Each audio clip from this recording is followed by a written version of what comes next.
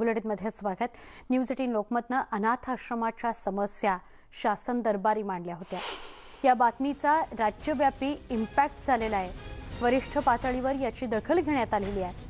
News 18 लोकमतनं राज्यभरातील अनाथ आश्रमांची समस्या मांडली आणि कोविड काळात अनाथ आश्रमांच्या देणगीवर कसा परिणाम झालाय, सोबतच कोविड काळात अनाथ आश्रम कोणकोणत्या समस्याचा सामना करतायत यामध्ये नागपूरच्या श्रद्धानंद अनाथाश्रमाची बातमी दाखवली होती।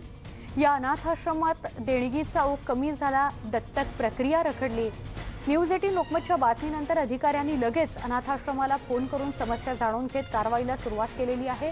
सोबतच देणगीदारांचे देणगीसाठी फोन येत आहेत, त्यांना देणगी द्यायची इच्छा व्यक्त होतीये।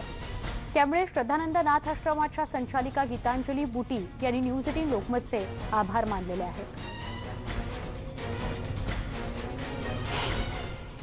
न्यूज 18 लोकमतची मी खूप आभारी आहे की त्यांनी हे कव्हरेज केलं की अनाथालयामधले सगळे अनाथालय, शिशुगृह, बालगृह, दत्तगृह, काय काय त्यांची समस्या आहे ते लोकांसमोर मांडली। ते TV वरती आलं, त्याच्यामुळे कसं लोकांना पण कळलं की आमची काय समस्या आहे। जे काही लोकल पीपलनी डोनेशन्स दिले, मग त्याच्यानंतर सरकारचं आम्हाला फोन आले की तुम्हाला काय काय समस्या आहे, आम्ही त्याची सॉल्व्ह करू। आम्ही त्यांना लिस्ट त्यांना दिली की काय काय समस्या आहे ते। तर त्याच्यामुळे मी खूप आभारी आहे त्यांची की इतकं सगळं म्हणजे कव्हर केलं त्यांनी छानने।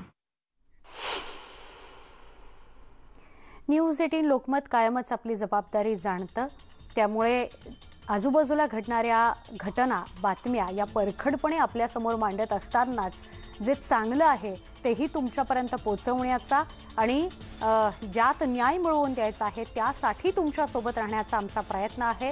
हे आम्ही सतत करत राहणार आहोत। आत्ता बुलेटिनमध्ये इथेच थांबतोय। पॉझिटिव्ह न्यूजसह काही क्षणात पुन्हा भेटूया। पहा फक्त न्यूज 18 लोकमत।